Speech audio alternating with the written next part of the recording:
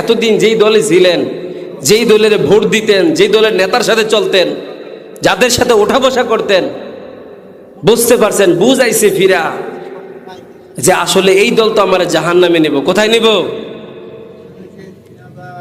বুঝে আসছে। তাহলে তাড়াতাড়ি আপনার জন্য ফরজ হলো ওই দল ছাইরা হেদায়েতের পথের মধ্যে যাওয়া।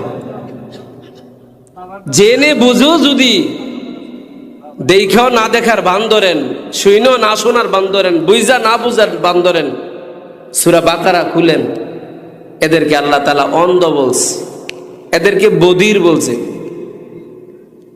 অথচ চোখ আছে, চর্মচক্ষু আছে, অথচ কান আছে, শোনে, কিন্তু হকটা তারা গ্রহণ করবে, শুইনো না শোনার বান ধরবে। আলেম বলছে তুমি যেই দলে আছো তারা হচ্ছে জালেম, তারা স্বৈরাচার, তারা মানুষের উপরে লুটপাট করে, লুটতরাজ করে, অত্যাচার করে।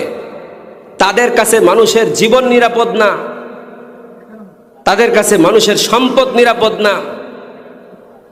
এমন ব্যক্তিকে বন্ধু বানাও যার দ্বারা অপর মুমিন নিরাপদ থাকে, যার হাত থেকে, যার জবান থেকে, সে হলো মুমিন। এমন ব্যক্তিকে বন্ধু বানাও। আলেম বুঝায়, এরপরে যদি আপনি না বোঝেন তো এটা আপনার কপালের দোষ।